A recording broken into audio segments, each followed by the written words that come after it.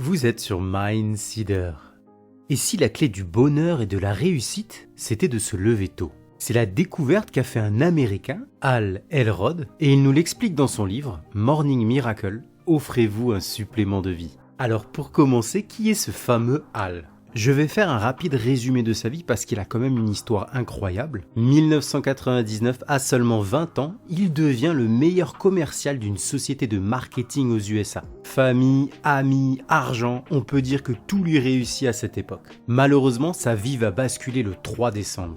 Sorti de restaurant avec sa femme, ils montent à bord de leur Mustang blanche, décident de prendre l'autoroute pour rentrer chez eux, et sur cette voie rapide, un pick-up les percute de face. Le conducteur est ivre, sa femme décède sur le coup. Quant à Hal, il se retrouve avec de multiples fractures et son cœur s'arrête. Heureusement, les secouristes arrivent à temps, ils réussissent à le réanimer, mais il passera tout de même 6 jours dans le coma. À son réveil, blackout complet, il ne se rappelle de rien. On est obligé de lui annoncer 2 mauvaises nouvelles, que sa femme est décédée et qu'il ne marchera peut-être plus jamais. Mais contrairement à ce que beaucoup de gens auraient fait, à se morfondre et se demander pourquoi moi, Hal réalise que malgré ses difficultés, la vie lui offrait une seconde chance et il décide de la saisir. En 2 ans, il retrouve sa mobilité, reprend son travail et redevient le top 1 des vendeurs de sa société. Son histoire inspire son entourage et même tous les États-Unis, donc il décide d'écrire sa biographie. Et pour le moment, ce n'est pas le Morning Miracle. Son livre est un best-seller. Malheureusement, deuxième coup dur, son éditeur se barre avec l'intégralité des droits d'auteur. Il a vraiment pas de chance. Mais Hal, c'est un éternel optimiste. En se concentrant sur les enseignements des difficultés rencontrées, on peut transformer n'importe quelle épreuve en expérience fructueuse. Et à la suite de cette histoire, il quitte son boulot et décide d'ouvrir son entreprise de développement personnel. Je vais la faire courte, En 2007, crise des subprimes, bim bam boum, son entreprise coule, il se retrouve endetté à plus de 400 000 $ et il tombe en totale dépression. Vous imaginez le mec, chaussettes, peignoir, en train de manger des pop-corn devant Netflix, on a tous connu ça quoi, on est vraiment plus bas que bas à ce moment-là. Mais comme le dit l'adage, il y a toujours une lumière au bout du tunnel. Un jour, un ami le croise en peignoir et lui conseille d'aller courir. Même si ce n'est pas une solution miracle en soi, son ami lui explique qu'un bol d'air fait toujours du bien et que cela aide à remettre les idées en place. N'ayant rien à perdre, il décide de mettre en pratique les conseils de son ami. Le lendemain, il se lève, parcourir et revient changé. Il décide de réitérer l'expérience et au vu des bienfaits que cela lui apporte, il décide d'y apporter d'autres éléments et commence à se faire une routine matinale de développement personnel.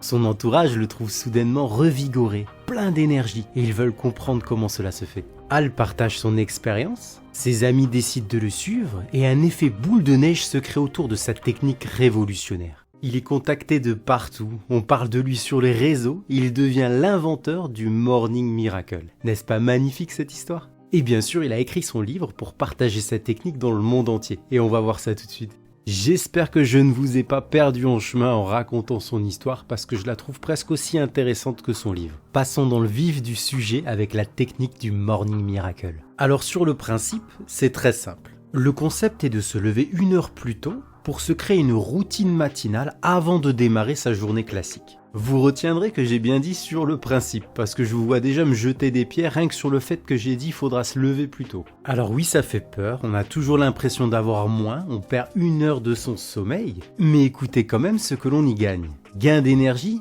baisse du niveau de stress, plus de clarté sur les questions que l'on se pose. Se lever tôt, c'est meilleur pour la santé, ça aide à donner un sens à sa vie, ça permet de focaliser ses priorités et encore plus important, ça accroît les opportunités de gagner plus. À entendre toutes ces promesses, ça vous donne pas envie d'essayer ?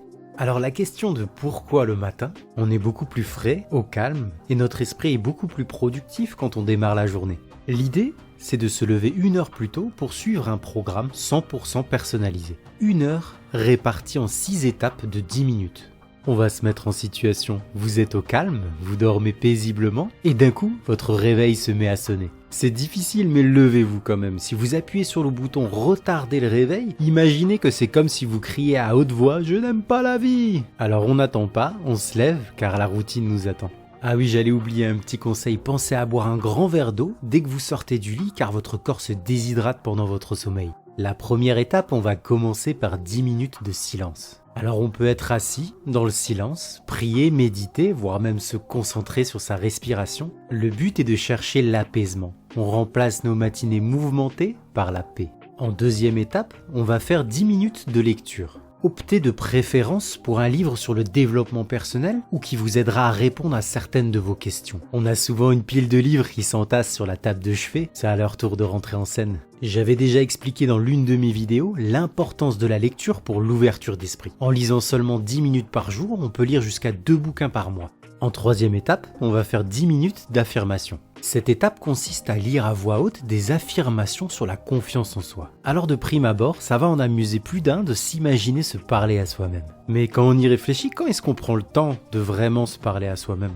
On peut, je sais pas moi, se rappeler qu'on est une bonne personne, qu'on s'aime, qu'on est fort. J'aime me dire que je suis content de me lever le matin, que je vais passer une bonne journée. Quand je vais à la boxe thaï, je me regarde dans le miroir et je me dis que je suis vraiment heureux de faire quelque chose qui me passionne, que je vais améliorer ma défense et pratiquer mes combos d'attaque. Et bizarrement, quand je rentre dans le dojo, c'est comme si je m'étais préparé mentalement. Je pense que ça a une vraie valeur sur les performances que j'aurai par la suite. Au début, ça va faire bizarre, donc vous pouvez noter vos affirmations sur une feuille, voire même trouver des affirmations sur internet. Mais si vous êtes à l'aise, vous pouvez démarrer directement une conversation avec vous-même. Rappelez-vous ce que vous aimez, ce que vous aimerez devenir, comment vous allez le devenir. N'hésitez pas même à le dire à haute voix, on se sent littéralement plus fort et en accord avec soi-même.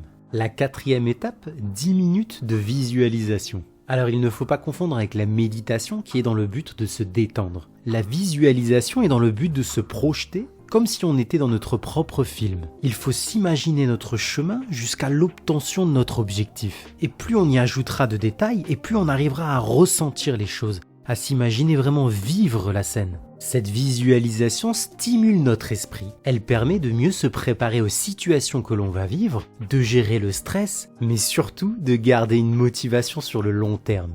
La cinquième étape, 10 minutes d'écriture. Alors on va faire comme Bridget Jones, il va falloir commencer à tenir un journal personnel.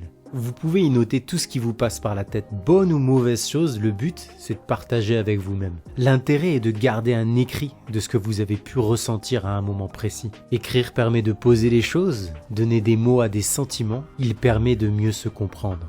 L'écriture permet d'effacer l'épais brouillard qui est devant nous et d'apaiser nos pensées.